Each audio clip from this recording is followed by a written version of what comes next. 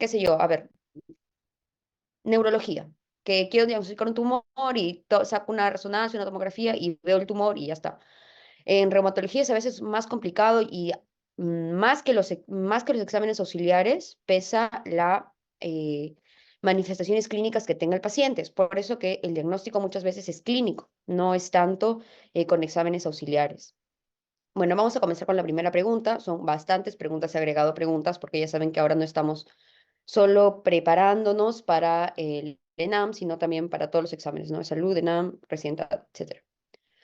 Comencemos. Varón de 55 años de edad refiere un tiempo de enfermedad de 8 meses de inicio insidioso caracterizado por dolor y limitación funcional a nivel de la columna lumbar. En la radiografía se observa un pinzamiento de la articulación interlineal y esclerosis de hueso subcondral. ¿Cuál es su presunción diagnóstica? Bueno, para empezar tenemos a una persona que tiene un factor de riesgo, que es el peso que tiene, ¿no? Es una persona obesa. Al tener obesidad estamos hablando de un IMC más de 30, ¿no?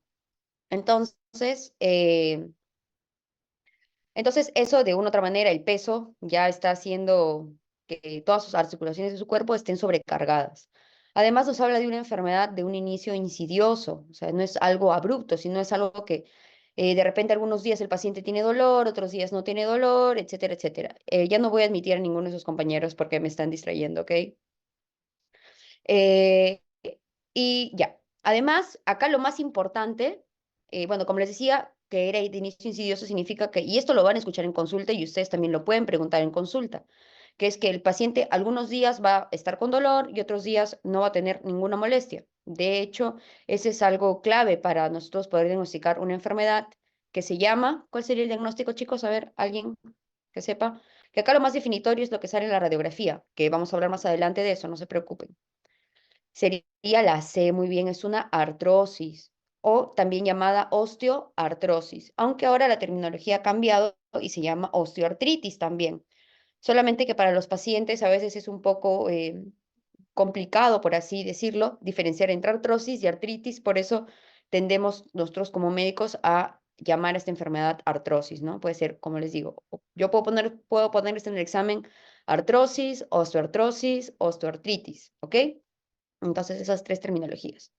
Y esta enfermedad se caracteriza porque además de lo que ya vamos a ver, los signos radiológicos que ya vamos a ver más adelante, que ya se nos había mencionado en la primera pregunta, va a causar ciertas deformidades a nivel de ciertas articulaciones. Entonces, eh, más o menos de todos los signos físicos que podemos encontrar en la artrosis, ¿cuál sería un signo que no es característico de esta enfermedad? Porque sabemos que La los D. Exacto, sabemos con los nódulos de Everden si están presentes, los de Bouchard también. Además, también si yo al paciente, de hecho el paciente también va a comentar que si el paciente mueve, por ejemplo, la articulación de la rodilla, suena, el paciente dice que hay como chasquidos, como crepitaciones, y eso es por son crepitaciones óseas que se producen producto del movimiento articular. Y obviamente, si el paciente pues tiene la articulación inflamada, yo al hacer palpación, también en la línea interarticular, como si yo hago compresión de la rótula contra el fémur, que sería pues yo estoy comprimiendo dos huesos, al estar estos desgastados, obviamente me va a dar dolor también. Lo único que no corresponde tal cual a la artrosis sería la deformidad de nojal de botón, que ya vamos a ver en qué enfermedad sí la presentamos de manera característica. Ujú. Y yo les he mencionado ahorita como un factor de riesgo para la artrosis la obesidad, ¿verdad? Pero hay otros factores y de hecho hay uno que es más importante que prácticamente todos sus pacientes que les van a llegar con artrosis van a llegar con este factor. ¿Cuál creen que sea? La ¿A edad. qué? La edad es una enfermedad que suele afectar a las personas mayores y es porque con el paso del tiempo, producto del mismo envejecimiento y de la predisposición genética que tengan ciertas personas para hacer desgaste articular, van a tener esta enfermedad. Entonces, la edad es el factor de riesgo más importante para la artrosis.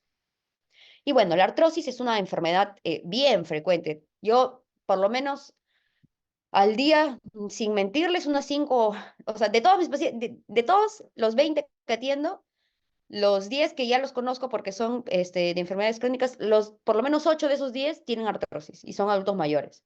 Entonces, por eso les digo, súper, súper, súper frecuente, ¿ya? donde estos son todos los factores de riesgo que tenemos, donde la edad es el factor principal, pero acá también está la obesidad, el sobrepeso, también está, por ejemplo, que el paciente haya sido deportista, y imaginemos una voleibolista que siempre, una líbero, ¿no? Que siempre estaba en el piso salvando balones, probablemente al caer siempre de rodillas, eventualmente por los microtraumatismos que se van acumulando, eventualmente esa articulación vaya a sufrir de artrosis también. Por eso acá ponemos actividad física, traumatismos, etcétera. Entonces esas cositas siempre tenemos que preguntarles a los pacientes. Y bueno, ¿qué manifestaciones clínicas van a presentar los pacientes? Acá está todo resumido. Ustedes saben, estos cuadros para mí son lo máximo. Les recomiendo que siempre los revisen. Pero básicamente lo mismo, ¿no? El paciente va a tener algo que se llama dolor mecánico, es decir, que el paciente cuando utilice la articulación, cuando la mueva, es decir, va a presentar dolor. Sin embargo, cuando el paciente esté en reposo, el dolor va a cesar. Eso es algo característico del dolor mecánico. También estaba lo del inicio insidioso que les comentaba que el paciente por ratos va a tener dolor y por otros ratos no va a tener dolor. Si es que el paciente tiene rigidez, esta rigidez va a ser menor a 30 minutos. Y bueno, como les dije, se podría asociar a otro tipo de manifestaciones como las crepitaciones, limitación funcional, que se evidencia con disminución del rango de movimiento articular. Y acá tenemos lo que yo les había mencionado. Cuando las articulaciones, estas articulaciones, ¿cuáles son? Las interfalángicas proximales, ¿verdad? Estas de acá donde está el mouse. ¿Sí ven el mouse? Sí, doctora. Ya. Entonces, estas articulaciones son las interfalángicas proximales. Cuando se deforman y aparecen unos nódulos como unos bultos a ese nivel, esas son los nódulos de Bouchard. Mientras, si se ven afectadas las interfalángicas distales, esos van a ser los nódulos de Everden. Entonces, este muñequito nos va a ayudar a que nosotros podamos ver dónde mayormente afecta la artrosis. Y mayormente es en estas articulaciones que son las interfalángicas distales. Por lo tanto, mi paciente que tenga artrosis probablemente vaya a tener siempre los nódulos de Everden. Pero también hay otras articulaciones afectadas. La columna, como era el caso de nuestro primer paciente, que es muy, muy, muy común. La cadera también es súper común y las rodillas. Lo que más le duele a los pacientes, chicos, la verdad, son las rodillas, al menos en mi experiencia personal. Con las manos llegan con sus deformaciones en las manos, pero de vez en, o sea, sobre todo con el frío, eso es algo también, algo curioso, que en realidad no es solo de las artritis, de todos los tipos de artritis, que con el frío la articulación se vuelve más sensible incluso, ¿ya? Y ahora sí vamos a lo que les había mencionado al inicio. Hay signos radiológicos, hallazgos radiológicos que son característicos de la artrosis. Ojo, desde ya quiero decirles que tu paciente puede tener un dolor muy intenso y las manifestaciones a nivel radiológico pueden ser quizás leves, como tu paciente puede tener de repente radiológicamente la articulación destruida, pero las manifestaciones clínicas que tiene son leves. Entonces no hay una correlación entre los hallazgos radiológicos y las manifestaciones clínicas. Pero igualmente los hallazgos radiológicos nos ayudan a que nosotros podamos tener una aproximación diagnóstica. ¿Y cuáles son los hallazgos radiológicos? Aquí hay uno que no es. La disminución Mm, asimétrica del espacio articular sí es, La ya la D, vamos a ver más adelante. ¿Cuál creen que no sea? A ver, ¿alguien sabe? la D. La D sí puede ser, porque, por ejemplo, han escuchado de los osteofitos, eso es formación de hueso. Pero hay algo que no hay, que hay que hay en otra enfermedad que también vamos a ver más adelante, que es la osteopenia yuxtaarticular, que esa ya lo vamos a ver un momentito. Entonces, eso no es característico de la artrosis. Lo mismo, acá una pregunta que ya no te dan las respuestas, sino ya no te dan los hallazgos, ya no te piden en base, o sea, ya no te dicen qué hallazgos tiene la artrosis, no te dan los hallazgos y ahora ustedes tienen que definir a qué enfermedad pertenecen estos hallazgos. Entonces, si les dicen que el paciente tiene pinzamiento, esclerosis subcondral, quistes subcondrales y ostrofitos, eso era sugerente de osteoartritis o osteoartrosis, que era lo mismo que yo les venía mencionando. Y acá, estas son las manifestaciones radiológicas, ahora sí, para que ustedes me puedan entender mejor con una imagen, para que yo no esté hablando de repente atribuyéndome a su imaginación. Entonces, esta es una articulación de la rodilla. Y obviamente esto de aquí no está igual a esto, ¿no? Y si se dan cuenta, el espacio interarticular de esta zona está mucho más adelgazado que el de esta zona. Eso se llama pinzamiento asimétrico interarticular. Además, el paciente también por la misma disminución del cartílago, hay una, hay una predisposición que el paciente intente formar hueso como producto de la misma fricción. Producto de eso van a aparecer las esclerosis subcondral, que es este blanquito que se forma abajo, justamente abajo de la articulación, como pueden aparecer también osteofitos, que son formaciones de huesos. Además, si acá el cartílago se fisura, va a permitir que el líquido sinovial que está en la articulación ingrese al hueso. Eso de allí se llama geodas o quistes subcondrales. Y todos esos hallazgos que les acabo de decir, que finalmente terminan en deformidad articular, son los signos radiológicos de la artrosis. Eso sí o sí tienen que saberlo, y no solamente para el examen, porque eh, yo como médico general en salud al menos, yo pido mis placas y me las suben al sistema y yo misma tengo que, o sea, a mí no me informan las radiografías, yo misma tengo que decidir en base a los conocimientos que tengo. Entonces, esto de acá no es solo para el examen, sino para cuando ustedes vayan a ejercer, porque si no van a estar teniendo que referir artrosis a reumatólogos y no es la idea, no es, la idea es ayudar a los especialistas. Y bueno, ya para terminar, ¿cuál es el tratamiento de la artrosis? El tratamiento no farmacológico es bajar de peso. En el caso de los pacientes obesos, si su paciente no tiene obesidad, no lo vas a hacer bajar de peso, ¿no?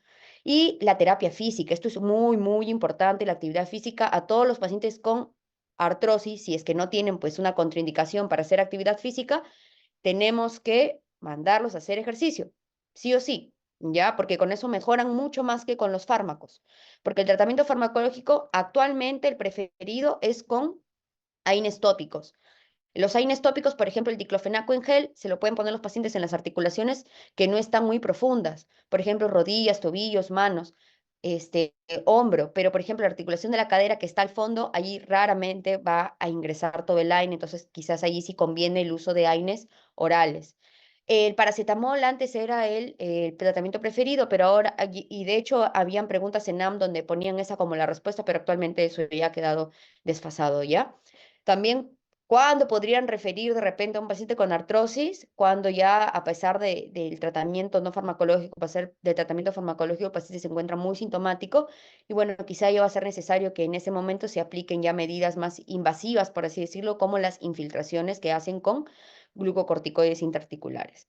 Después hay tratamiento quirúrgico también, eso eventualmente supongo que lo van a ver cuando lleven traumatología. Bueno, hay artroplastías, artrosis, osteotomías, etcétera, etcétera. ¿Ya? Sigamos. Mujer de 48 años refiere que desde hace 9 meses presenta dolores musculares generalizados, son mayores por las mañanas y que no mejoran con los AINES. Presenta además insomnio y falta de apetito. Al examen tiene dolor a la palpación en la región lumbar, en la región cervical, lumbar, en rodillas y en codos. Su velocidad de sedimentación globular está en 2, está normal. Su PCR está en 8, también está normal. ¿Cuál sería el diagnóstico más probable? Fibromialgia. Fibromialgia. Fibromialgia, muy bien. Acá tenemos un paciente con dolor crónico generalizado, ¿ya? Que es un dolor osteomuscular, la fibromialgia, que normalmente tendemos más a enfocarnos en la parte muscular, pero también hay afectación osteomuscular, ¿ya? Que no solamente, o sea, el paciente te va a llegar diciéndote, doctor, me duele todo el cuerpo. Por eso aquí nos han puesto dolor a la palpación en región cervical, lumbar, rodillas, codos, como tratando de abarcar todo el cuerpo, ¿no? También, no sé si recuerdan que habían puntos dolorosos. Eso realmente actualmente ya no es que se utilice como parte del diagnóstico, pero eso es algo que en la práctica clínica nos ayuda todavía a determinar el dolor crónico generalizado. Entonces, sí, el diagnóstico es fibromialgia, pero no solamente por el dolor, sino que con la fibromialgia también pueden aparecer otros síntomas, ¿ya? Que son estos de aquí. El paciente además va a estar, en la noche no va a poder dormir por el dolor. Y en el día, el paciente, como no ha podido dormir en la noche, va a estar cansado. Además, son pacientes que tienden a tener también problemas de ansiedad, de depresión. Es por eso que siempre se tienen que tratar de enviar a estos pacientes por lo menos a psicología o a psiquiatría, porque siempre hay un componente por ahí emocional de la fibromialgia. Como les dije, era aquí lo más importante, el dolor crónico generalizado y que el paciente va a estar fatigado. O sea, mi papá tiene fibromialgia y son pacientes que todo el tiempo están enfermos, todo el tiempo están, o sea, les preguntas, ¿cómo estás? Ay, me, me golpeé, perdón. Les preguntas, ¿cómo estás? Y nunca hay como una respuesta positiva hasta después del inicio del tratamiento, que ahorita les voy a decir con qué es el tratamiento, ¿ya? Bueno, el dolor, como les digo, tiene que estar presente más de 3 meses y tiene que acompañar, no solamente tiene que haber dolor, sino que empezamos a buscar otras cositas y el paciente también las tiene. Además, si yo pido al paciente reactantes de fase aguda, el paciente va a salir normal. Y si se dan cuenta, en la pregunta nos ponían PCR normal, nos ponían BCG normal. Entonces, por allí también estamos enfocados a un diagnóstico de fibromialgia. ¿Y cómo se trata la fibromialgia? Bueno, en realidad primero tenemos que someternos a paciente a diversas escalas para ver qué tipo de enfermedad tiene.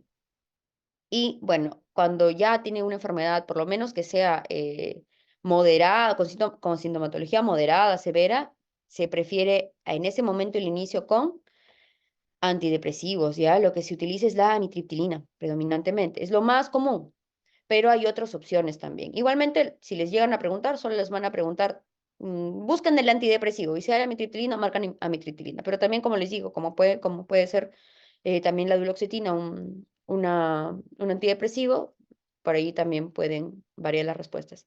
Y acá está lo que yo les decía, es importante la educación al paciente respecto a la causa de los síntomas, porque los pacientes a veces se sienten frustrados porque no entienden por qué todo el tiempo están cansados y cuando ustedes les dan las respuestas de que es parte de su enfermedad, de una u otra manera eso también los tranquilizan. Además, recuerden que son pacientes nerviosos. Por eso les decía que es importante la terapia cognitiva. Y también súper importante la actividad física, que es algo que a los pacientes les llama la atención porque ¿cómo voy a hacer ejercicio si me duele todo el cuerpo? Y es algo que es un poco de sentido común de repente para los pacientes, ¿no? Incluso para nosotros mismos. Pero en realidad, me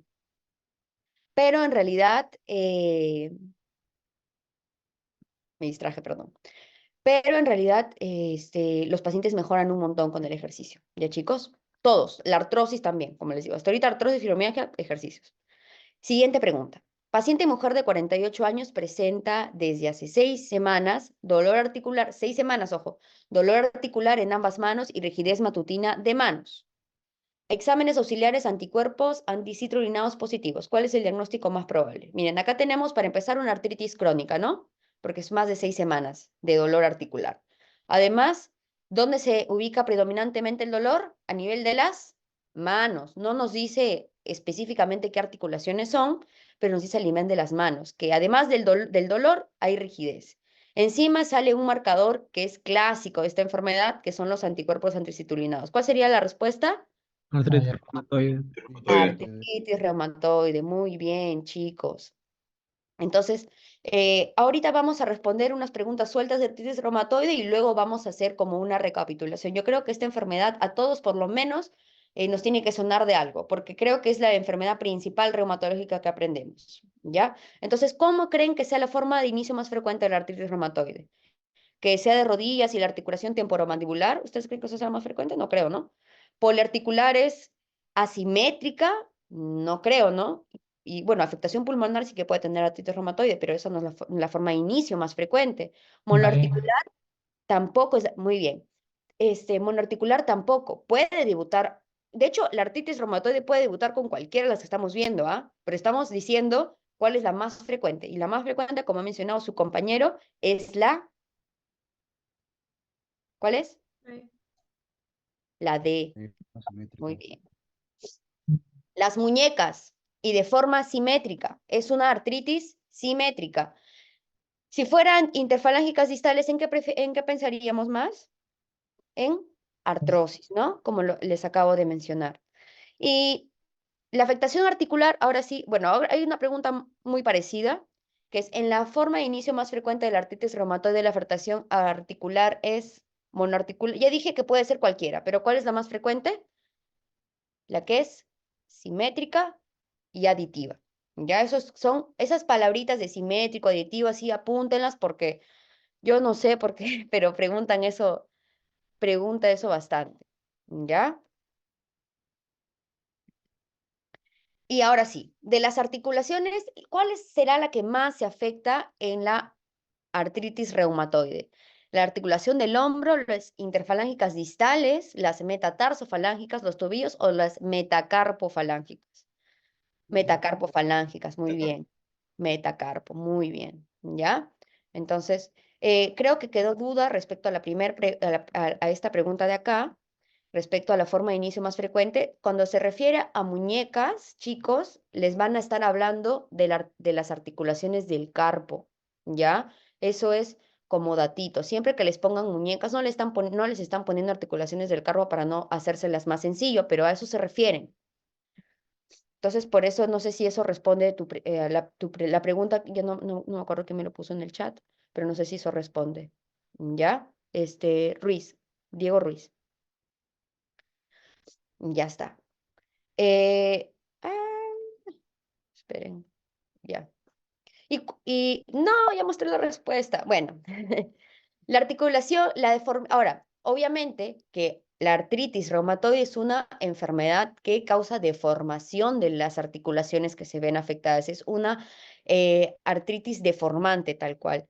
¿Y cuál creen que sea? Bueno, ya, para qué hago o sea, ya no hay ninguna incógnita en esto.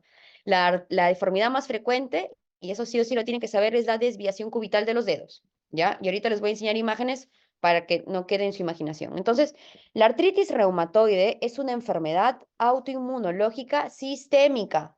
Es sistémica que afecta predominantemente a las articulaciones, pero eso no significa que no pueda afectar a otras partes del cuerpo. Aquí lo que más claramente se afecta son las articulaciones. Vamos a ver un paralelismo con lupus eritematoso, ¿ya? Pero eso yo quiero que se quede grabado, que la artritis reumatoide puede haber afectación sistémica, pero lo más frecuente, lo principal es la artritis que hay. Por eso también se llama artritis reumatoide, ¿ya? Entonces acá vemos las articulaciones de la mano que se ven más frecuentemente afectadas. Y miren, estas son las articulaciones de la muñeca, que son las articulaciones del metacarpo, ¿ya? Luego tenemos a las interfalángicas proximales también, ¿ya? Perdón, a las metacarpofalángicas y a las interfalángicas proximales. A eso me quería referir. Y a las articulaciones, obviamente, de los pies también, ¿no? Bueno, eso, los pies realmente jamás preguntan, más van a preguntarles de la mano. Es por eso que voy a hacer énfasis en las deformaciones que se dan a nivel de la mano. Miren, estas de acá es la desviación cubital. Y es bien frecuente que las veamos en los pacientes con artritis reumatoide. Pero como les dije, pueden haber otras manifestaciones sistémicas. Sobre todo, por ejemplo, la pleuritis. Los pacientes pueden hacer derrames pleurales, pueden hacer derrames pericárdicos también porque hay pericarditis, pueden hacer fibrosis pulmonar, etcétera, etcétera. Independientemente de que también pueden hacer síntomas o sea, signos inespecíficos de enfermedades reumatológicas como el fenómeno de Raynaud, pueden aparecer también púrpuras, etcétera, ¿ya? Pero acá lo más importante, como les digo, son las manifestaciones articulares. ¿Y qué articulaciones son las que se ven afectadas? Acá tenemos todas las articulaciones que se ven afectadas. Miren, metacarpofalángicas e interfalángicas proximales de las manos son las que más frecuentemente se ven afectadas, juntamente con la de los carpos, ¿ya? Entonces, luego tenemos otras deformidades. Acá está lo del dedo nojal. ¿Se acuerdan la primera pregunta? De artrosis, ya, esa no es de artrosis, es de artritis reumatoide. Y luego tenemos en la enfermedad en cuello de cisne el dedo en martillo, que también es importante que lo sepamos. Y acá están pues las manifestaciones extraarticulares, les digo chicos que son un montón. Las que más preguntan son los nódulos reumatoides, ¿ya? Que como podemos ver pueden salir en estas zonas extensoras, pueden salir, también pueden aparecer en relación a las mismas articulaciones, ¿ya? Pueden haber también ojo rojo por escleritis o escleritis, pero eso es algo que vemos en prácticamente todas las enfermedades reumatológicas. Pericarditis, como les había dicho, puede haber pleuritis también, etcétera, etcétera. Sigamos. Mujer de 35 años presenta desde hace 4 meses dolor en pequeñas y medianas articulaciones asociado a rigidez matutina. Al examen, dolor y tumefacción de manos y muñecas. Laboratorios, anticuerpo, antipéptido citrulinado cíclico positivo y ANA positivo. La radiografía de manos se observa osteopenia periarticular y erosiones óseas. ¿Se acuerdan de la osteopenia periarticular? Bueno, decía yuxarticular, ¿no? En la que habíamos, en la primera pregunta. Entonces, aquí sería, ¿qué diagnóstico? Acá no va a ser osteoartrosis, ¿no? Porque habíamos dicho que la Sí, osteopenia Así es. no era de la artrosis. Y estamos hablando de una artritis reumatoide. Sobre todo porque tenemos acá, si nos pudiéramos quedar con una sola, con un solo dato de esta pregunta, ¿con qué nos quedaríamos? ¿Alguien? La serología. Con la serología, muy bien, pero sobre todo la serología, porque Ana puede ser positivo en otras cosas también, ¿no? El antipéptido citrulinado cíclico. Exacto. Los anticuerpos, en realidad estos anticuerpos los pueden encontrar así, antipéptido, citrulinado cíclico, puede ser anticuerpos, anticitrulinado cíclico. La cosa es que diga citrulinados, ¿ya chicos? No se compliquen. Entonces, efectivamente, estamos hablando de una artritis reumatoide. Como les dije, acá tenemos, miren, estos son signos radiológicos de una artritis reumatoide en fase inicial, que es, acá tenemos la osteopenia en banda, ¿ya? Y luego también tenemos, vamos a tener a erosiones óseas, que podemos ver acá, erosiones yuxtaarticulares, ¿ya? Y ya en los estadios, ya en una enfermedad avanzada, ya recién ahí vamos a evidenciar las deformidades. Miren, acá están las deformidades las deformidades cubitales, ¿ya? Desviación cubital del carpo, que podemos apreciar. Y ahí les dejo para que puedan ir viendo otras manifestaciones que se dan en la artritis reumatoide. Mujer de 24 años acude por presentar desde hace 3 meses dolor, tumefacción y alteración funcional de las articulaciones en manos, muñecas y rodillas en forma simétrica, asociado a rigidez matutina prolongada. ¿Qué examen solicitaría como marcador diagnóstico y pronóstico de la enfermedad? Yo creo que hasta este punto ya sabemos que estamos No, hablando de una artritis no, reumatoide, ¿no? ah, Exacto. Miren, 3 meses. ¿Cuántas semanas les dije que era para que el paciente se pudiera considerar una artritis crónica? mayor o igual a 6 meses. Exacto, 6 semanas. Semanas, Ya, semanas. semanas. Entonces, acá el paciente de hecho tiene más de 6 semanas, ¿no? Tiene 3 meses. Y de articulación, miren, articulaciones de manos de manera simétrica, rigidez matutina, todo prácticamente es una artritis reumatoide. Solamente tenemos que confirmarlo con lo que les había dicho, que es con los anticuerpos, antipéptidos citrulinados. Porque los otros van a ser característicos de otras enfermedades que vamos a ir viendo. ¿Ya? Entonces, efectivamente. Y también forman parte de como marcador diagnóstico y pronóstico de la enfermedad, porque cuando nosotros vamos monitorizando a nuestros pacientes, hay un montón de escalas, supongo que ustedes también las están viendo. Vamos viendo, de hecho, uno de los marcadores es cómo van los anticuerpos anticitulinados. Y también me permiten hacer el diagnóstico de forma precoz de esta enfermedad. Entonces, ¿qué otros marcadores tenemos? Bueno, el principal, como les digo, son los anticuerpos anticitulinados, que es el más específico de todos. Luego tenemos el factor reumatoide, que el factor reumatoide es un anticuerpo tipo IgM, es un autoanticuerpo IgM. ¿Contra qué está dirigido ese anticuerpo? Contra la fracción constante de las inmunoglobulinas G, ¿ya? En su mayoría, porque también pueden haber factor reumatoideo IgG, ¿ya? Pero para ustedes es un anticuerpo IgM, es un autoanticuerpo IgM que está dirigido contra la fracción constante de las inmunoglobulinas tipo G, ¿ya? Pero también, como les había dicho, pueden ser positivos estos marcadores. Incluso el mismo ANA puede ser positivo dentro de la misma artritis reumatoide. Por eso les dije al inicio de que no basta con que el paciente dé positivo a un marcador serológico. Tiene que haber una correlación clínica. Y la clínica es mucho más importante que el hallazgo serológico. ¿Ya? Entonces, aquí tenemos los criterios diagnósticos según los del 2010, según el Colegio de Reumatología. Eso sí, les recomiendo que lo vayan revisando. Miren acá, incluso dentro de los mismos criterios está la duración de los síntomas mayor o igual a 6 semanas, que eso te da un punto. Los marcadores inflamatorios, siempre se pide marcadores inflamatorios a un paciente que tenga artritis para ver si están anormales, porque eso nos suman más puntos. Es curioso porque eso en teoría debería funcionar, pero por ejemplo, yo pido PCR y no me hacen PCR a mí, no, nunca me ha llegado ningún PCR que he pedido. La velocidad sí te la sacan, pero el PCR no. PCR te sacan en emergencia por otras cosas, pero no sé por qué, pero bueno. Y eso sí, apréndanselo, ya chicos, sobre todo, ¿cuál es el que da el mayor puntaje? De todos estos criterios, el que da el mayor puntaje es el compromiso articular, que comprometa a más de 10 articulaciones, donde por lo menos una sea una articulación pequeña.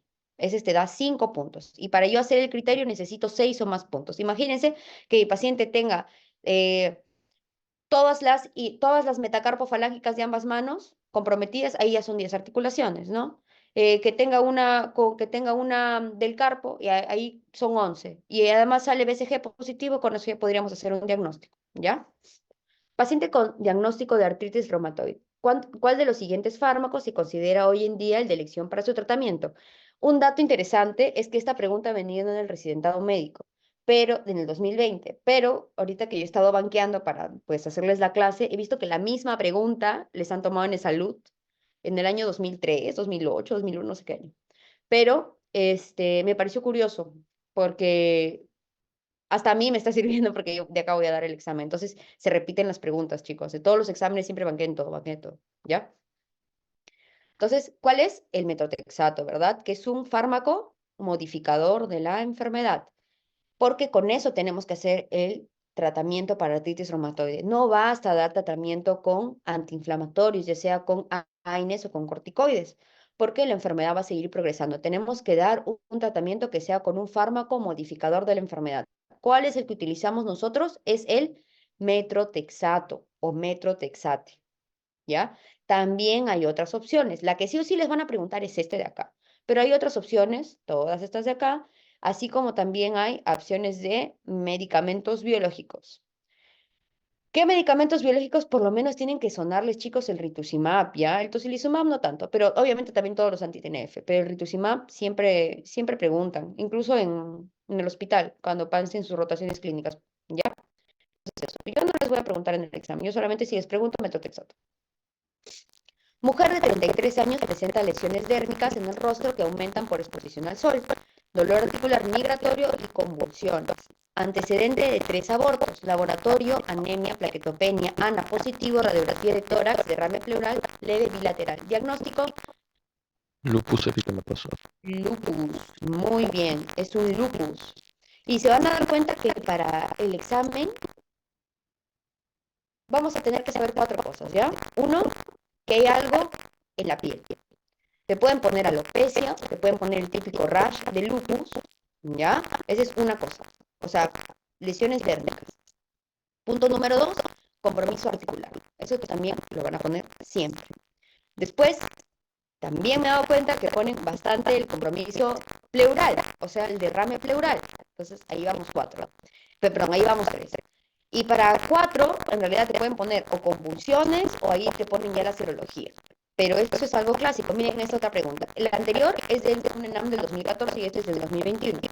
Siempre ponen a una mujer, porque ya saben que las mujeres somos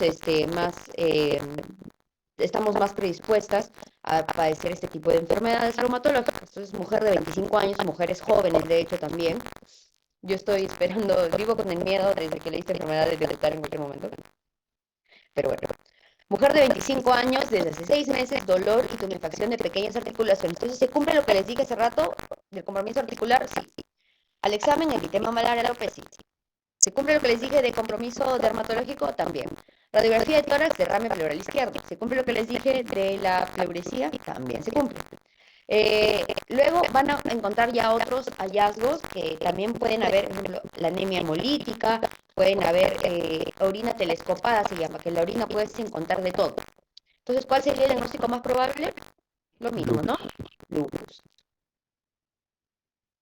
¿Y cuál de las siguientes, en base más o menos de lo que hemos ido mencionando, cuál creen que podría ser la manifestación más frecuente del lupus eritematoso sistémico? Artralgias, mialgias. Las artralgias, ¿ya? Las artralgias mialgias, exacto. Entonces, siempre van a encontrar eso en sus preguntas. Por lo tanto, ojo, la artritis reumatoide es una enfermedad sistémica que compromete mayormente a las articulaciones, ¿ok?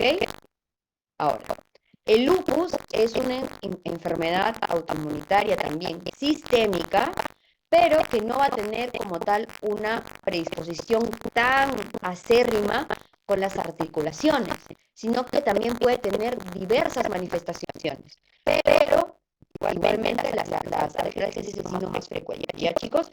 Les digo esto porque no quiero que ustedes lean las preguntas rápidas y automáticamente vayan a pensar en artritis reumatoide. No, o sea, siempre terminen de leer la pregunta, porque también puede ser un lupus, ¿ya?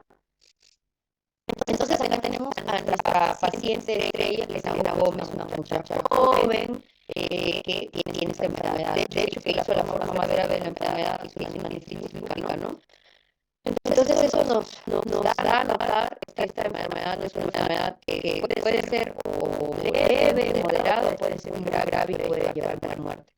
Entonces, cosas que tenemos que recordar: el rash, que son manifestaciones cutáneas, la alopecia, también manifestaciones cutáneas, la nefritis lúpica, pues pueden haber artritis que son no erosivas, las serositis, que pueden ser pleuritis o por pericarditis, y bueno, además en realidad vamos viéndolo aquí, porque tenemos manifestaciones, les digo, el lupus tiene un montón. En la artritis reumatoide se dan cuenta más bien enfocado en las manifestaciones articulares, pero acá tenemos que hablar un poquito de cada cosa que encontramos en el lupus, ¿ya? Entonces, manifestaciones sistémicas, el paciente puede llegar con dolor crónico generalizado también. Por eso la fibromialgia, algo que me había olvidado de mencionarles, se dice que es un diagnóstico de disfunción. Por eso en la fibromialgia pedíamos estos marcadores inflamatorios para ver que no hay un proceso detrás, ¿ya? No es para confirmar la enfermedad, quizás eso ahí no lo tengo un poco claro. Entonces, el paciente puede tener manifestaciones sistémicas, puede tener fiebre. También, como les dije, las manifestaciones musculoesqueléticas acá son un 95%, y acá lo que más importante son las artritis, las artralgias y mialgias. Pero recuerden que en caso de artritis, esta es no erosiva, a diferencia de la artritis reumatoide. ¿Recuerdan que ahí sí habían erosiones óseas? Ya. Entonces, formas patológicas, la más importante que se tiene que saber es la anemia hemolítica, pero su paciente también puede tener panzopenia, ya, o sea, disminución de las electricidades celulares. Manifestaciones cutáneas, ya les dije aquí, el rash, el típico rash, el rash es una manifestación aguda, por eso se llama lupus agudo. Es una manifestación aguda que se llama eritema alar. Pero también miren, toda esta tablita son de manifestaciones cutáneas. La alopecia también, manifestaciones neurológicas también es importante porque los pacientes pueden convulsionar o pueden hacer cuadros de disfunción cognitiva. Ya, entonces eso también es importante. Psicosis también pueden hacer. Manifestaciones cardíacas pulmonares como el VIH, la pleuritis, la pericarditis, para ver también la endocarditis, el IPSA, que eso es algo clásico, creo que preguntaban, al menos en la universidad. Nunca lo he visto en un examen, no les voy a mentir, las manifestaciones renales, que acá las manifestaciones renales creo que es la parte más complicada de esta enfermedad. Y bueno, vamos a ver aquí un poquito para definir qué síntomas o signos clínicos son los más importantes que forman parte de los criterios diagnósticos. Para empezar, un paciente, para yo someterlo a los criterios diagnósticos, le tengo que solicitar primero el AN. Si el AN, el título sale mayor o igual a unos 80, recién puedo aplicar este criterios de acá. Entonces, ¿cuáles son los criterios de la fiebre? Como les había dicho, miren, todas las manifestaciones cutáneas que puede haber y que dan puntos para el diagnóstico. También está la artritis, miren, el delirium, la psicosis, las convulsiones también forman parte de las manifestaciones clínicas. Los derrames pericárdicos, las carditis, los derrames cerebrales pericárdicos, que eran parte de la celositis, hematológicos, miren, la forma parte del diagnóstico es la anemia hemolítica, por eso lo estoy diciendo, ¿ya? Y la renal, que es todas las manifestaciones renales que les van a encontrar en el cuadrito anterior, pero lo que más me importa que interesa, ¿cuál es la que tiene más puntos? Porque solamente si el paciente tiene ese único criterio, ya basta con que tenga ANAS más ese criterio para que tenga luz, y es la nefritis lúpica 3 o 4, que hace referencia a la nefritis lúpica focal o a la nefritis lúpica difusa, ¿ya? Y esto puede debutar con un montón de cosas, puede debutar con insuficiencia renal, etcétera. Por eso les digo que es peligroso este enfermedad, que si tu riñón funciona, pues es cuestión de días, ¿ya? Entonces, sigamos con esta pregunta. Mujer joven, siempre es el mismo mujer joven, que se presenta con artritis y fiebre. Al diagnóstico clínico ¿cuál es la prueba que me tiene el diagnóstico? No que confirme les dije que lo más importante es que nosotros sopesemos los síntomas y los signos serológicos o clínicos. Pero algo clásico que pedimos siempre es el ANA y el antihistamínico. Exacto. ¿Ya? Que el antihistamínico es un tipo de ANA, al igual que el anti-DNA doble cadena. Esos son los dos tipos de anticuerpos antivirales más importantes. El anti-DNA doble cadena, porque también hay de cadena simple y eso no nos suma nada para el lupus, como el anti-Smith. ¿Ya? El anti-Smith es más específico incluso para el lupus. Luego tenemos otros marcadores, pero eso ya les dejo de tarea para que lo revisen. No que yo les vaya a tomar, sino para que lo sepan como cultura general de medicina. ¿Ya? Bueno, yo les recomiendo Sjögren, les recomiendo también la poliomiyositis, el escribano, bueno, todos en realidad, el de antistonas. Estos de acá no, estos de ahí no, pero los otros sí les pueden venir. Ya, miren, me preguntan, ANA y antihistamínico, ¿cuál es el más sensible y específico? Para empezar, el ANA es un tipo perdón, el antihistamínico es un tipo de anticuerpo antinuclear. Entonces, yo no puedo pensar entre los dos. De hecho, yo para a mis pacientes, a los criterios como les he mencionado, tiene que primero cumplir el de ANA, pues sería la más sensible. Pero finalmente el que me ayuda para yo de poder vivir una enfermedad que probablemente no lo tengo los pacientes que están sanos, es decir, solamente los que tienen enfermedad, va a ser el antihistamínico. Por eso les decía que es el más sensible. Ya, perdón, el más específico. Faltan un montón de preguntas que son. Ay, es las 5. Ya voy a avanzar ya, chicos. Mujer de 27 años con diagnóstico de lupus desde hace 3 años y con nefritis lúpica severa. Acá ya te dicen cuál es el diagnóstico. Recibe esteroides e hidroxicloroquina permanentemente, consulta por pérdida progresiva de la visión, especialmente la nocturna, desde hace 2 meses. Al examen, presión 180/80, frecuencia cardíaca 100, frecuencia respiratoria 20, temperatura 37, lúcida, fases de luna llena, severa disminución de la agudeza visual. Fondo de ojo, maculopatía bilateral severa. ¿Cuál es la etiología más probable de la lesión retiniana? Para empezar, acá hay manifestaciones clínicas del tratamiento que tiene por corticoterapia, ¿no? Por ejemplo, las fases de luna llena, la presión arterial elevada, son síntomas que se pueden derivar de una terapia con corticosteroides, pero la pérdida de la visión no. En cambio, la hidroxicloroquina, que es el pilar del tratamiento de todo paciente con lupus eritematoso sistémico, ese sí da algo que se llama maculopatía en ojo de buey, que requiere pérdida de la visión, ¿ya? Entonces, eso sí es algo clásico de la hidroxicloroquina. Y como les digo, chicos, el tratamiento para todos los pacientes con lupus es hidroxicloroquina. Y dependiendo luego de las manifestaciones que el paciente tenga, se pueden agregar otros fármacos, ¿ya? Varón de 20 años, hace 2 días presenta dolor intenso y tumefacción de rodilla derecha. Signo del témpano positivo.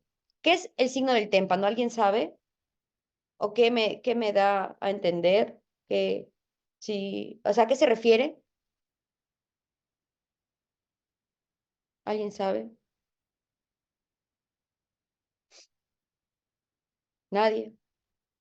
Ya, lo que pasa es que cuando nosotros hacemos el signo del témpano es para ver si hay derrame articular, ¿ya?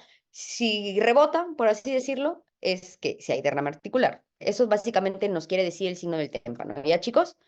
Derrame articular. Muy bien, Diego Ruiz.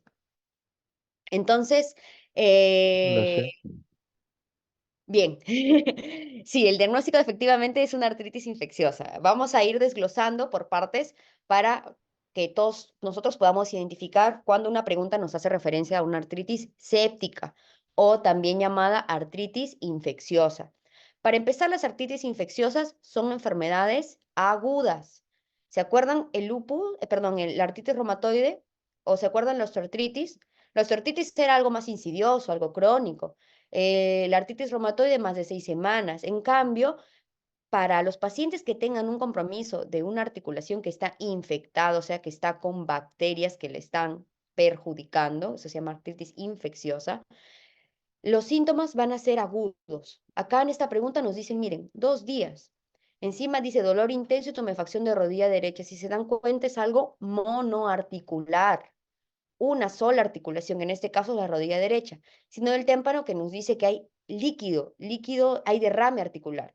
Además, nos dan unos patrones que ya vamos a verlos más adelante, pero quiero que les vayan sonando, que es de líquido sinovial recuento leucocitario mayor de 80.000 y porcentaje de polimorfonucleares del 80%. ¿Cuál es el diagnóstico? Como su compañero había mencionado, es una artritis infecciosa. Veamos viendo esta otra pregunta, ¿ya? Miren, líquido sinovial turbio y opaco, de escasa viscosidad, con glucosa muy baja, más de 50.000 leucocitos por mililitro y elevada concentración de proteínas. Esos son los síntomas los síntomas no, esos son los signos que ustedes tienen que saber reconocer para hablar de una artritis infecciosa, ¿ya? Entonces sí sería una artritis séptica. Como les digo, artritis séptica y artritis infecciosa es lo mismo, por eso estoy utilizando estos términos como intercambiables. Espero que no los esté confundiendo. Entonces, yo les estoy dejando, ustedes saben, todo lo que está en amarillo es lo que tienen que saber, porque es de ahí lo que voy a preguntar, ¿ya? Y miren esta pregunta de acá. ¿Qué características definen mejor el líquido sinovial en la artritis bacteriana aguda? ¿Alguien sabe la respuesta?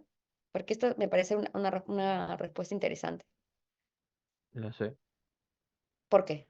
¿Por qué no puede ser la E? No sé. Ya, les digo la respuesta ya, porque tengo que avanzar clase. Por la viscosidad. Muy bien, Valareso. Por la viscosidad, chicos. ¿Qué es lo que le da la viscosidad a exacto? Pero ¿qué es lo que le da la viscosidad a la articulación? ¿Alguien sabe? O sea, a ver, si ahorita a mí me sacan líquido que yo no tengo, supuestamente yo no Glucosa. tengo una enfermedad, mi viscosidad, ¿cómo tendría que ser? Normal, alta, ¿ya? Porque se supone que yo tengo, por ejemplo, ácido hialurónico u otros glucosaminoglucanos que de una otra manera hacen que mi líquido sinovial sea viscoso, tenga una viscosidad alta. En una persona sana, la viscosidad es alta. Sin embargo, ¿qué pasa si yo a mi articulación que estaba sana, yo le meto un montón de bacterias que empiezan a producir un montón de enzimas, de repente por la misma inflamación, ese ácido hialurónico se va degradando, entonces ya deja de ser viscoso mi líquido sinovial. Entonces, por eso se dice que en una artritis bacteriana, en una artritis infecciosa, lo que hay es viscosidad baja, porque hay una destrucción de los glucosaminoglucanos que normalmente forman parte del líquido articular. ¿Sí me entendieron? Porque esto es importante, ¿ah? Eso sí les voy a preguntar. ¿Sí me han entendido? Ya, bacán. ¿Y cuál será la articulación más afectada por la artritis séptica? No se preocupen que todo lo que yo les estoy diciendo les voy a volver a mencionar ahorita. Rodilla. Rodilla. Rodilla, muy Rodilla. bien, chicos, es la rodilla. Entonces, ahora sí vamos a hacer un recuento de esta enfermedad que es bastante peligrosa en realidad, porque de hecho sí se considera hasta una emergencia reumatológica, porque mientras más tiempo pase, esa articulación se puede ir dañando más y tu paciente puede terminar ya para siempre con la articulación dañada con una artrosis, ¿ya? Entonces, ¿qué ¿qué tres cosas van a tener nuestro paciente? Fiebre, dolor articular y limitación de movimiento articular, ¿ya? En las preguntas que nos vienen, más que todo, nos van a poner una monoartritis aguda. Eso acuérdense, es una monoartritis aguda, o sea, una sola articulación que se está viendo afectada en 2, 3 días de evolución.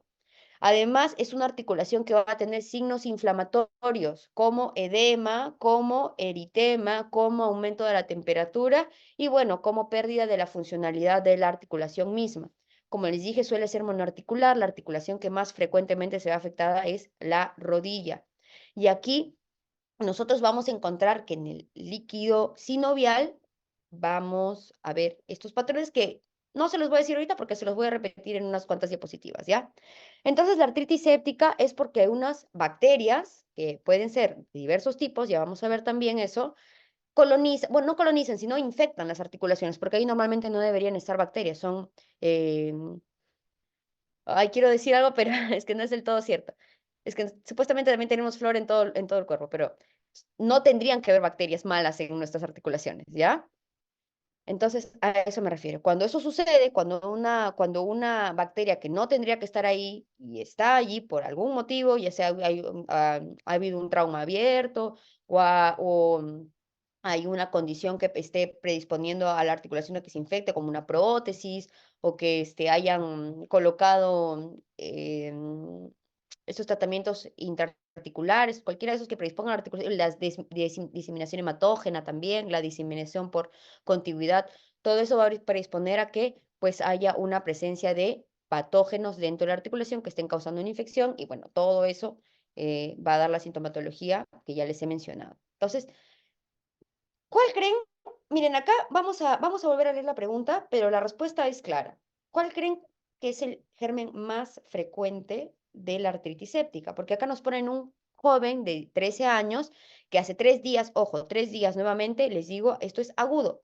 Presenta dolor en rodilla, que es la articulación más frecuente, que le impide caminar. Eso significa que la articulación está tan inflamada que ha perdido la funcionalidad. Además, tiene fiebre, lo que les había dicho, fiebre y dolor articular, básicamente. No, dolor articular no. Fiebre más inflamación de alguna articulación. Eso serían las claves, ¿ya?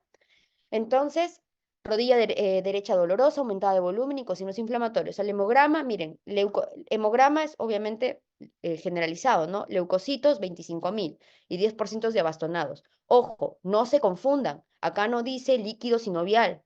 Acá dice hemograma. Si dijera líquido sinovial 25.000, a mí todavía me quedaría duda de que sea una artritis séptica, porque, por lo que ya les voy a mencionar adelante, más adelante. Pero volviendo a la pregunta, ¿cuál sería el germen más responsable de esta infección? Y tal y como están comentando en el chat, que me da, yo siento que ustedes no ven a nadie porque todos lo mandan por privado, pero tal y como han puesto en el chat, el Staphylococcus aureus es el germen más frecuente. Acá se lo pongo en rojo gigante para que lo vean, ¿ya? Entonces, de hecho, que es el Staphylococcus aureus. Pero también pueden haber otros patógenos. Por ejemplo, veamos esta pregunta. Mujer de 23 años, refiebre 3 días de fiebre, artralgias en muñecas y rodilla derecha. Además, presenta leucorrea. Si se dan cuenta, ojo, acá no se cumple lo que yo les he dicho. Acá no hay una monoartritis.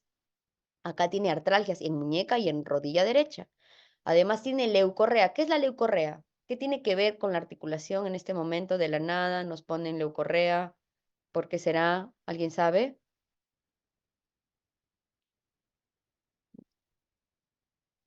De frente ponen la respuesta. Bueno, la leucorrea en este caso, tal y como lo acaba de colocar, bueno, su compañera Quirós, nos hace referencia a que la paciente está de una otra manera que tiene algún flujo, ¿ya? Entonces, flujo vaginal o flujo, no, vaginal, no, perdón, flujo, síndrome de descarga uretral, tal cual, ¿ya? Entonces, al examen, la rodilla derecha está aumentada de volumen, caliente, eritematosa, dolorosa palpación y limitación severa para la flexoextensión. Puntos ureterales negativos, puño percusión lumbar negativa. ¿Cuál podría ser el agente etiológico responsable de este cuadro? Exactamente como lo habían colocado los diplococos gram negativos. ¿Por qué? ¿En qué estamos pensando? ¿En qué infección estamos pensando? Bueno, ya lo pusieron muy Gonorrea. bien, Cristian, en gonorrea, en una artritis gonocócica, pero acá tenemos que diferenciar una cosa.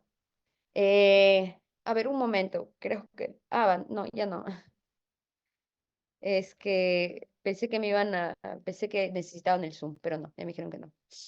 Entonces, chicos, la infección, para empezar, para que el gonococo cause una infección de la articulación, primero tiene que haber algo que se llama infección gonocócica diseminada, es decir, que el gonococo esté viajando por el torrente sanguíneo. Es así que en un primer momento, en una primera fase de esta infección gonocócica diseminada, el paciente puede debutar con algo que se llama síndrome artritis dermatitis, donde no solamente va a tener artritis, pero es una artritis, no es una monoartritis, ojo, es una artritis migratoria que puede comprometer varias articulaciones. Por eso nos decían que les dolía, ¿se acuerdan la pregunta anterior? Decía artralgias en muñeca y en rodilla derecha. Además, se puede también acompañar con tenosinovitis y con dermatitis, que esta dermatitis es clásica porque primero son pápulas que luego se hacen pústulas, ¿ya? Lo curioso es de que como el gonococo en este momento, en esta fase de la enfermedad, está viajando por el torrente sanguíneo, si yo pido un hemocultivo, este va a ser positivo. Pero si yo hago un cultivo sinovial, en realidad va a salir negativo, porque no hay como tal en ese momento una infección de la articulación. ¿Qué sucede en la segunda fase de la enfermedad, donde ya hay una artritis como tal gonocócica, donde el gonococo pues ya se acentuó como tal en la articulación y está causando una monoartritis o también podría causar una oligoartritis aguda? Y aquí pues el hemocultivo ya sería negativo y el cultivo de líquido sinovial ya sería positivo porque obviamente el gonococo ya va a estar dentro de la articulación, ¿ya? Entonces, deme un minutito, chicos, estoy acá resfriada. Un momento, por favor.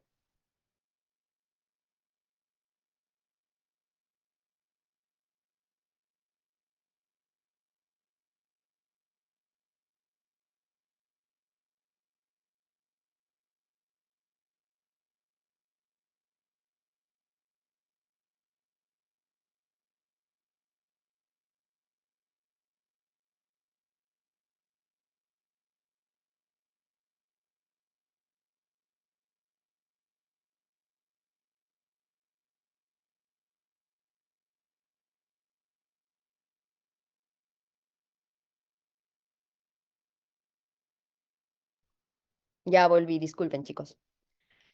Siguiente pregunta. Entonces, ¿qué hago yo ahora? Ya sabemos cuándo debo sospechar en una infección de una articulación por una artritis gonocócica.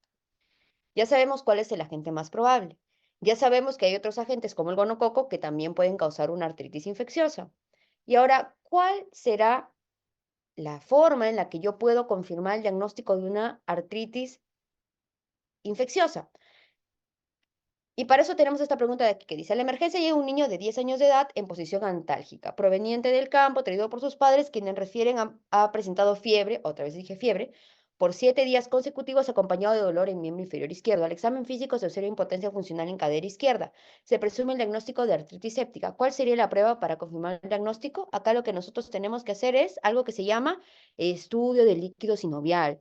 Y yo para hacer el estudio de líquido sinovial primero tengo que sacar el líquido, ¿no? Entonces eso se llama artrocentesis. Y a través de la artrocentesis, nosotros no solamente, chicos, vamos a estar, o sea, ¿se acuerdan que habían toracocentesis, tóraco del tórax? ¿Se acuerdan que habían toracocentesis diagnósticas y terapéuticas? Ya.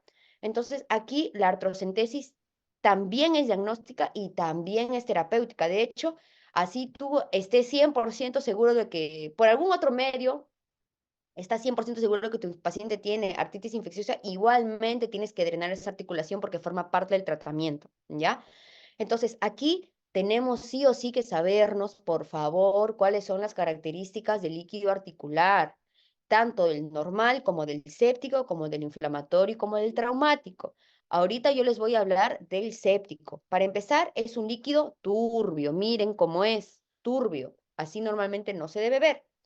A este líquido yo lo tengo que someter a distintos análisis, ¿ya?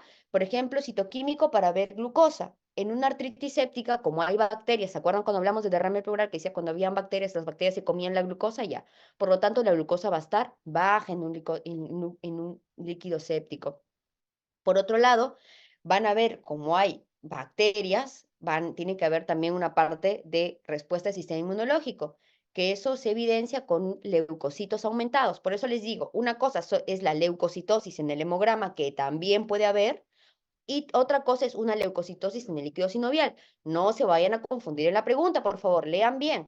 ¿Ya? Entonces, leucocitos, ¿cómo van a estar los leucocitos en un líquido articular séptico mayor de 50.000? Algunas bibliografías dicen mayor de 30.000, ya debe ser, pero no es concluyente. Yo siempre he encontrado más de 50.000 en todas las bibliografías que he buscado, ¿ya? Y obviamente, al ser una infección aguda, las células del sistema inmunológico que van a estar más comprometidas van a ser los polimorfonucleares, con más de 90%. A ver. Ya accedí a tu requerimiento, Daniela. ¿Ya? Y bueno, acá les estoy dejando otro cuadrito. Ojo, esto de acá, ustedes, viscosidad variable, para el examen, no es viscosidad variable. Para el examen, ¿cómo era la viscosidad? Les acabo de explicar. En una artritis séptica, ¿cómo es la viscosidad? Baja. Muy bien, muy bien, muy bien. Ay, me encanta cuando responden, chicos, gracias. Como les dije, los leucocitos más de 50.000, los polimorfos nucleares por lo menos más de 75%. Algunas bibliografías dicen 80, 90, pero más de 75%. Y como les dije, puede haber aquí, ¿cuáles son las causas? Miren, infecciones por gram positivos, que serían los cocos, o por los gram negativos, que sería acá el predominante, el gonococo. Pero miren esto de acá. Pero no nos confundamos, esto de acá de artritis gotosa lo omitimos, ¿ya? Se quedan con estas dos de acá para motivos de examen. Mujer de 35 años con artritis de rodilla de izquierda. El líquido sinovial con tinción gram demuestra bacterias gram positivas agrupadas en racimos de uva. ¿Cuál es la mejor conducta a seguir?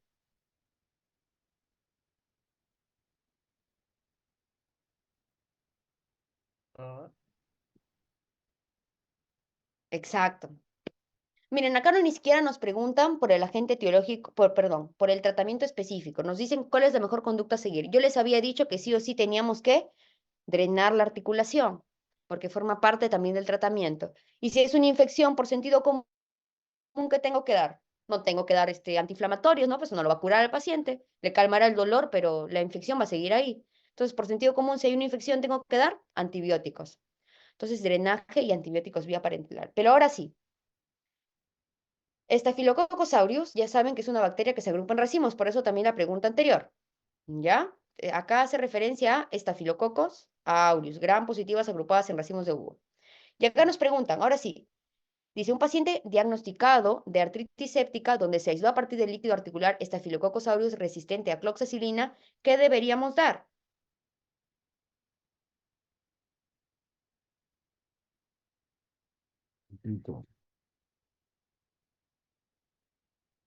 Cipro, Clinda, Banco, Ceftria. El tratamiento es con banco, ¿ya, chicos? Para cuando hablamos de artritis séptica por Staphylococcus aureus es con vancomicina. En cambio, si hablamos de diplococos gram negativos, haciendo referencia al gonococo, ¿qué deberíamos dar? Eso yo les he dicho desde la primer clase que fue ITS. ¿Qué damos a un paciente con gonococo? Ceftriaxona, chicos, ceftriaxona, ceftriaxona. ¿Por qué dudan? No duden. Prenden su micro así, calladitos. Ceftria. No, no duden, no duden. Y miren, acá está bien resumido lo que yo les estoy diciendo. La evacuación de material purulento de la articulación y la antibiótico-terapia sistémica son los pilares de tratamiento de artritis séptica. Entonces, eso respondía a la primera pregunta que habíamos hablado respecto al manejo. Drenaje y antibióticos. Pero ahora, ¿qué antibiótico le doy? Entonces, yo al paciente, cuando le he tenido que hacer el drenaje, a ese líquido que he sacado, yo lo voy a someter, así como lo voy a someter a otras pruebas, a una coloración gram. Si la tinción gram sale gram positivo, podemos dar todos estos medicamentos, pero si nos decían que era resistente a cloxacilina, que la mayoría son resistentes a cloxacilina, ¿quedamos? Vancomicina, ¿ya? Por otro lado, si nos salen gram negativos, damos ceftriaxona, pensando en un gonococo. Y acá también lo pueden ver. De hecho, ya como la mayoría son resistentes a cloxacilina, de frente damos banco, como les decía, ¿ya? Diplococo, cocos gram positivos acá, vancomicina. Siguiente pregunta. Varón de 23 años, obeso, presenta por primera vez cuadro inflamatorio severo de rodilla. Al examen, aumento de volumen y dolor intenso a la palpación. Laboratorio, ácido úrico sérico en 9.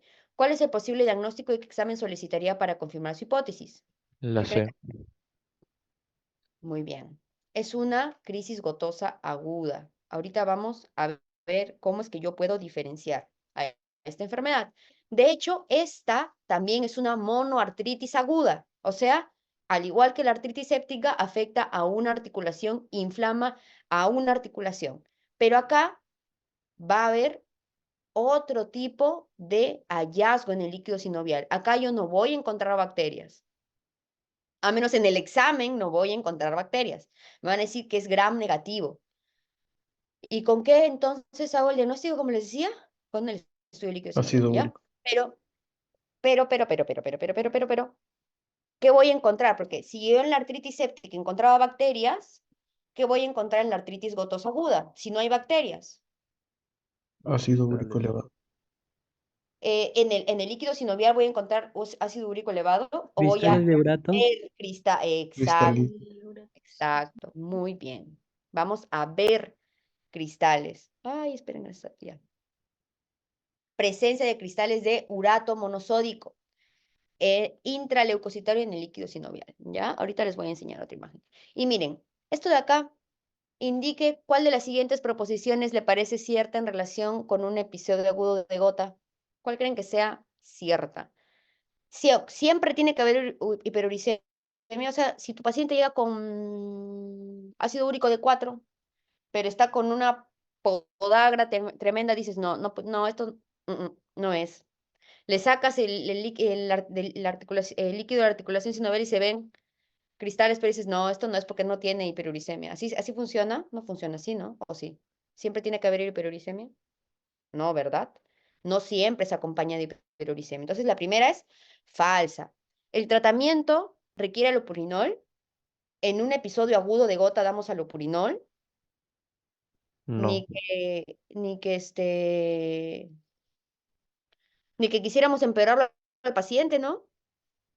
Entonces, tampoco, no se da alopurinol. Las bursas no se inflaman. De hecho, de eso se trata un poco la enfermedad también, ¿no? Entonces, es falsa también. Vamos a la E. El análisis de líquido sinovial no aporta datos útiles, de hecho es lo que nos ayuda a que nosotros podamos definir el diagnóstico, ¿no? Entonces, esta sería falsa. Entonces, por descarte, la que sería verdadera sería que los diuréticos tiacídicos inducen hiperuricemia y gota. Entonces, esa sí es verdadera. ¿Y qué diurético tiacídico es el que mayormente, bueno, el que más usamos realmente, ¿no? Pero veamos esta pregunta. Varón de 70 años, hipertenso, diabético, hipertiroideo, llevado a emergencia por presentar dolor en primer dedo del pie derecho. El examen, aumento de volumen en primera articulación metatarso-falángica derecha. ¿Cuál es el fármaco asociado a este efecto? Hidroclorotiazida. La hidroclorotiazida. Acuérdense, chicos, siempre la hidroclorotiazida está asociada a hiperuricemia. Es por un cotransportador que utilizan, ¿ya? No sé si de repente alguien lo quiere buscar, pero es interesante la fisiopatología de cómo las tiazidas causan hiperuricemia. Porque comparten un cotransportador, ¿ya? Vamos a pasar. Y el paciente del anterior nos decía que tenía dolor en primer dedo del pie derecho, en la articulación metatarso-falángica. ¿Cómo se llama eso? ¿Cómo se llama? Cuando la articulación... ¿Qué es podagra? Ahí está. ¿Qué es la podagra? Ya pasé la pregunta. ¿Qué, qué es la podagra? ¿Qué articulación se ve afectada en la podagra? La Metatarsofalángicas. metatarso, la primer metatarsofalángica, o sea, el dedo gordo del pie, ¿no? La primera articulación metatarsofalánggica. Esa sería la respuesta a la C. Entonces, para que haya gota, en la mayoría de los casos, por eso digo, en la mayoría de los casos tiene que haber algo que se llama hiperuricemia, o sea, ácido úrico elevado. El ácido úrico puede aumentar por distintas cosas.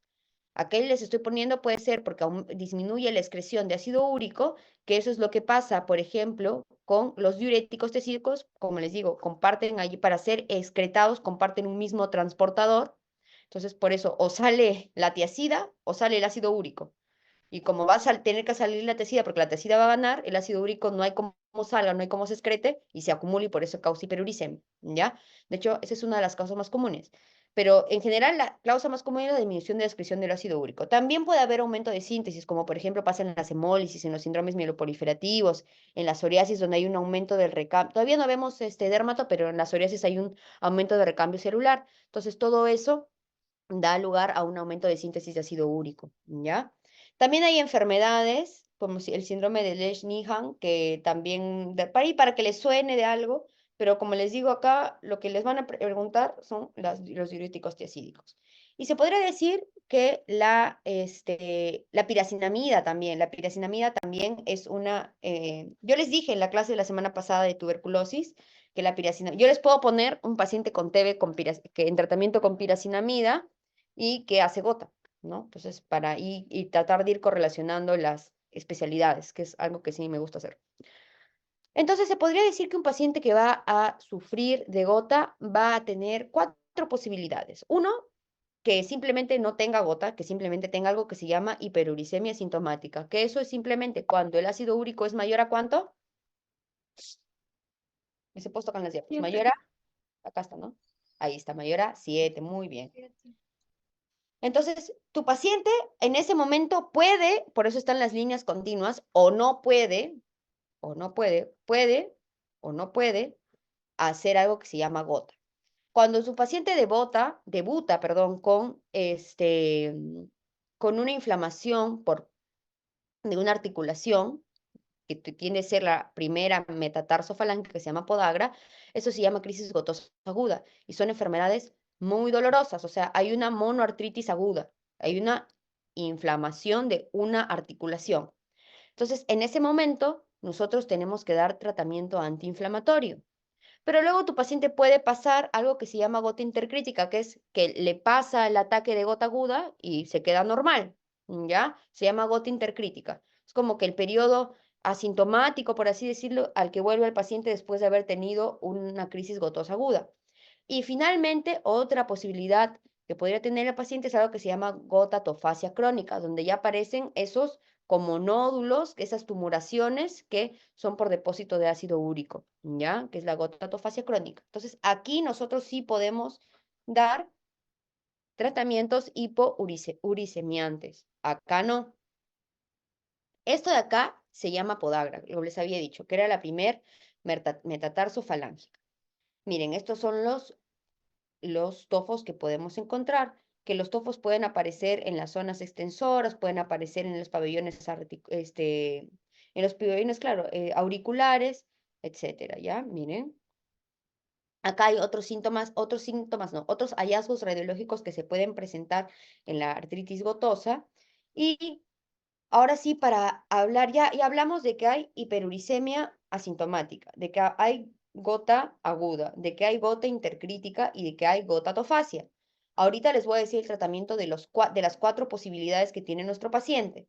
Pero primero yo quiero que me digan, en un paciente con gota aguda, o sea, el paciente que está con la inflamación, imaginemos podagra. Uy, un momentito, chicos, ¿ya?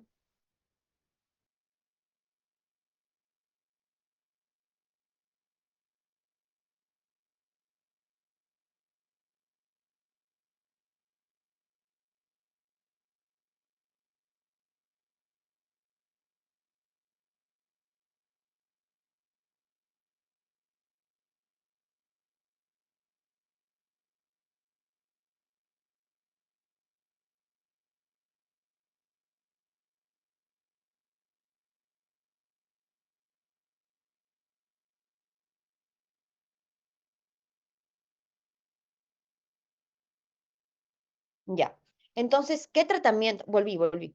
¿Ya? Disculpen, estaban tocando la puerta y llamando y no había nadie realmente. Entonces, ¿qué tratamiento vamos a dar a un paciente que tiene gota aguda? O sea, que está con la podagra, imaginemos. Indometacina es un antiinflamatorio, entonces sí podemos dar. Corticoide también podemos dar, no es de elección de primera línea, pero sí podemos dar. Naproxeno también podemos dar, también es un antiinflamatorio. La colchicina es un antiinflamatorio también. Lo único que nos quedaría sería el allopurinol. No se da tratamiento hipouricemiante en gotas agudas, porque lo que predispone al paciente a hacer ataques de gota agudas son las fluctuaciones en el ácido úrico. Si mi paciente ya está con una podagra y yo le doy allopurinol para bajarle el ácido úrico va a comenzar a fluctuar y eso lo puede predisponer a que el paciente tenga más dolor o se empeore su cuadro clínico. Por eso está contraindicado, ¿ya? Y a ver, ahora veamos esta pregunta. Ya vimos que no se puede dar en la gota aguda.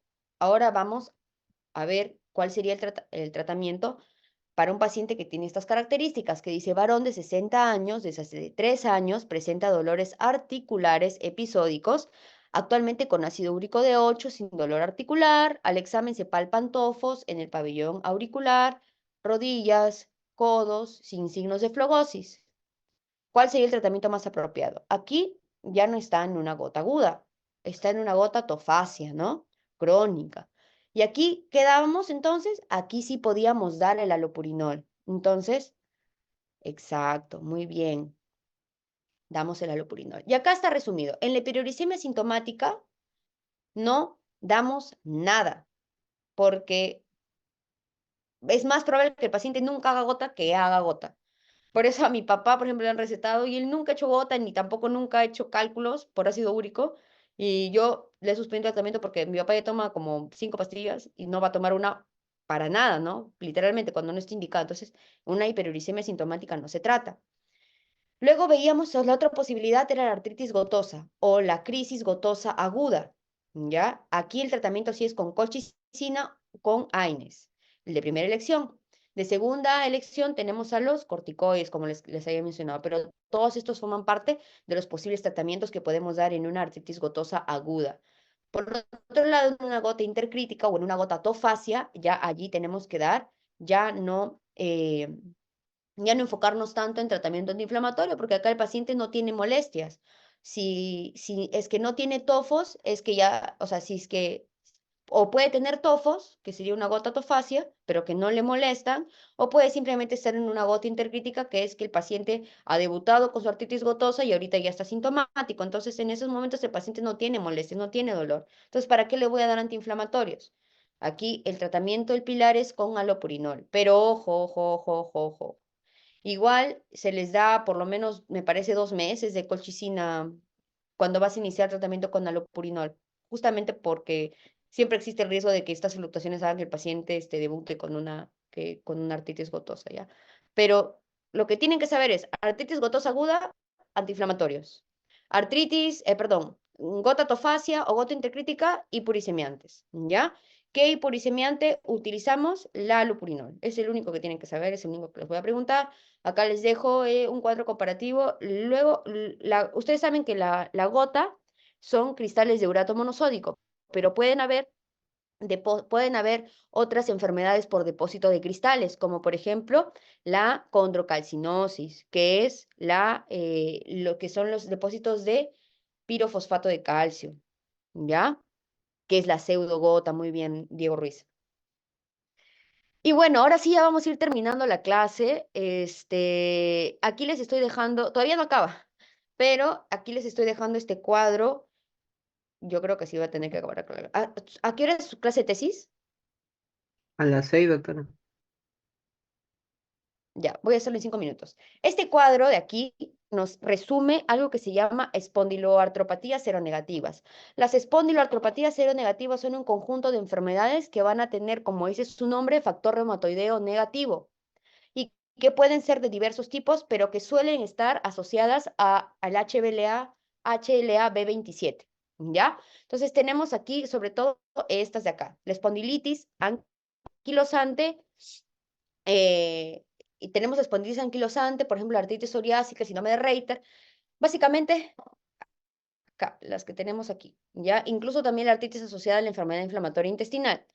Acá les estoy dejando literalmente todo lo que tienen que saber de todas las enfermedades, no les voy a preguntar nada más adicionalmente a lo que les voy a decir ahora. Entonces, vamos a comenzar primero con espondilitis anquilosante. La espondilitis anquilosante es una enfermedad inflamatoria que afecta a la columna vertebral, haciendo que la columna se pueda llegar a fusionar, ¿ya? Se anquilosa la columna. Es por eso que los pacientes pierden la capacidad de ser flexibles, por así decirlo, en la columna. Lo que caracteriza a esta enfermedad es que presentan dolor en la columna, sobre todo en las articulaciones sacroiliacas, también articulaciones lumbares, pero que lo curioso es que el paciente se va a levantar con dolor, con mucho dolor, y conforme va pasando el día, como si se le soltara la columna, ¿ya? Además, ¿qué era la prueba de Schober? ¿Se acuerdan qué era el test de Schober? ¿Se acuerdan que hacíamos que el paciente se agachaba, lo marcábamos? En medidas, una Exacto, Diferencia de 5 centímetros. exacto, exacto. No es para ver desviación, es para ver cuán flexible es la columna, porque normalmente la columna puede estirarse, ¿no? Cierta cantidad de centímetros, como ustedes mencionan, pero cuando la columna ya está anquilosada, ya está fusionada, ya no va a poder, por más que quiera, separarse así, de esta manera, porque va a estar fusionada. Entonces el paciente se va a intentar agachar y no va a haber un aumento, un aumento significativo de centímetros que el paciente gana cuando está flexionado. ¿Ya? Eso hace referencia al test de Schober. Entonces, eso es espondilitis anquilosante. Acá, como les digo, lo que más predomina es el dolor lumbosacro, que no cede al reposo, sino más bien cede a la actividad. El paciente en la mañana no va a querer estar en su cama porque más le va a doler. Y como les dije acá, sacroileitis, ¿ya? Entonces, eso de ahí es espondilitis anquilosante siempre. No preguntan tanto, en realidad, al menos lo que yo he podido ver, no preguntan tanto.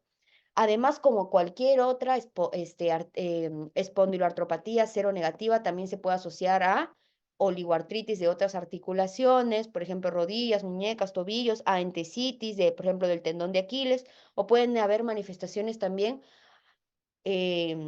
oftalmológicas, como la uveitis anterior, que es la manifestación más común. Entonces, estos cuadros que yo les pongo es lo único que tienen que saber. Yo no les pregunto más. Ya, acá está todo lo que tienen que saber. Para mí es lo más importante. Acá también es para que puedan complementar. Eh, Realmente el esquema del tratamiento depende mucho de lo que el paciente pues le esté afectando, el grado de afectación, si es axial o si es periférico, como pueden ver. Pero el tratamiento de primera línea se suele dar a AINES, se puede también mandar a terapia física a los pacientes, etcétera, ¿ya? Y acá estos son los criterios diagnósticos para esta enfermedad, que en realidad no se actualizan, supongo que ya se van a actualizar pronto, como han visto que los de AR se han actualizado en el 2019, de repente estos también ya se actualizan. Pero básicamente nos dice dolor inflamatorio más de 3 meses. Acuérdense que el dolor tipo, ojo, esto no les había dicho. Cuando hablamos de osteoartritis, les había el dolor mecánico es, me duele, estoy asas. Y otra artritis reumatoide es el dolor también de espondilitis anquilosante, que es un dolor que cuando estoy en reposo, me duele más que cuando yo estoy en actividad. Eso es un dolor inflamatorio. Entonces, el dolor de la espondilitis anquilosante es un dolor lumbar inflamatorio mayor a 3 meses. Como les digo, afecta acá la movilidad de la columna. El paciente no va a poder ser tan flexible a nivel axial. Y también, como puede haber fusión de las articulaciones costovertebrales, el paciente también puede hacer una enfermedad pulmonar restrictiva, porque no puede tener expansión de la caja torácica, ¿ya? Entonces, ya para ir terminando, estas preguntas recién las he agregado, son preguntas que son así súper sencillas de marcar. A ver, la pregunta 39, ¿qué es el síndrome de Reiter? A ver, muy bien, Ruiz. Artritis, conjuntivitis, muy bien a los dos Diegos. Artritis, conjuntivitis y uretritis, ¿ya? Eso siempre tienen que saberlo porque siempre preguntan. Ahora, el síndrome de Reiter es un término desfasado en realidad. Nosotros conocemos con otro nombre a este tipo de artritis. Y vamos a verlo aquí, dice, joven que sufre ETS, que es una enfermedad de transmisión sexual, o infección, dice, y luego empieza con dolor en la articulación de rodilla izquierda. ¿Cuál sería el diagnóstico más probable? ¿Es Eh, reactivo? Muy bien, Emily. Exacto, una artritis reactiva, ¿ya? Artritis reactiva, que es el síndrome de Reiter. O sea, antes lo ponían como similares. El síndrome de Reiter ha quedado como en desuso y lo que más se utiliza ahora es la terminología de artritis reactiva. ¿En qué consiste la artritis reactiva? Ahorita les vamos a ver. A ver, dice, todo lo siguiente es correcto excepto, o sea, busquemos la falsa. Dice, ¿puede ocurrir después de una infección intestinal? ¿Eso es verdadero o falso? Verdadero. Verdadero. De hecho, puede ser después de una infección por Shigella, por Yersinia, etcétera. Pero no solamente infecciones intestinales, también puede ser por infecciones de transmisión sexual, predominantemente por, ¿cuál? Gonorrea. Clamidia, Ah, bueno. clamidia, ¿ya? Clamidia.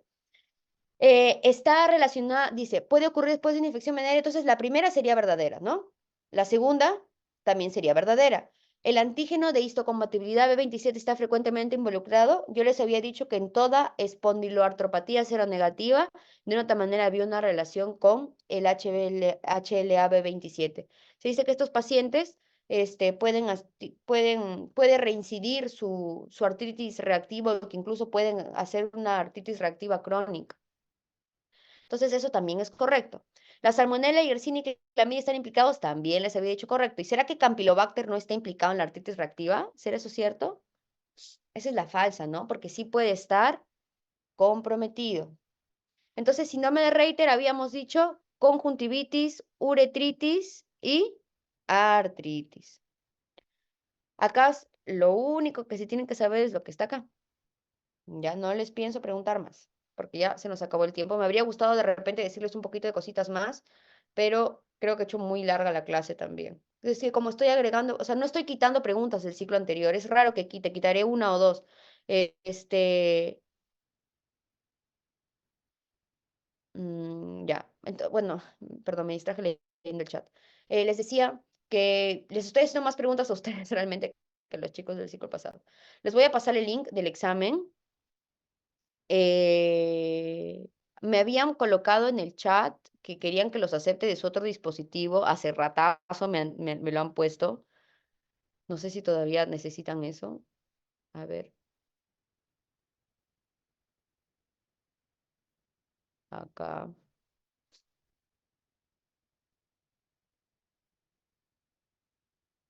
Ya, ya. Entonces ya está.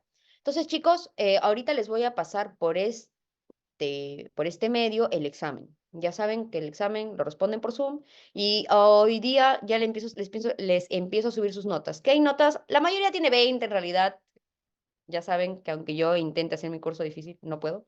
Entonces, están bien casi todos. De hecho, no hay ningún jalado, según yo creo hasta ahorita. Entonces, en buena hora por todos ustedes, los felicito porque por lo menos están intentando escucharme en clase, que era lo único que me interesaba a mí. Entonces, les voy a colocar ahorita el link del examen. Deme un minutito, ¿ya?